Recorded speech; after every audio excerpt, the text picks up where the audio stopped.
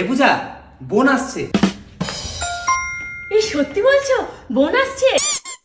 আমি না খাসির মাংস, পোলাও, ইলিশ মাছ আর ওদিকে চাটনি, পাঁপড়, মিষ্টি অনেক কিছু রান্না করব। কতদিন কথা বলি না, আমার না পেটে গুড়গুড় গুড়গুড় করছে, অনেক কথা আটকে আছে, অনেক কথা জমে গেছে। ওর সাথে অনেক অনেক অনেক গল্প করব। তুমি তাড়াতাড়ি যাও, বাজারে গিয়ে সমস্ত কিছু বাজার করে নিয়ে আসো, আমি অনেক রান্না করব। আর শোনো, সব আমি নিজের হাতে রান্না করব, একটা খাবারও কিন্তু বাইরে থেকে আসবে না, শুধু দই আর হচ্ছে মিষ্টিটা তুমি বাইরে থেকে নিয়ে এসো, কেমন? যাই বাবা, আমার অনেক কাজ আছে, যাই। আরে শোনো শোনো শোনো শোনো, তোমার বোন আসছে না, আমার বোন আসছে।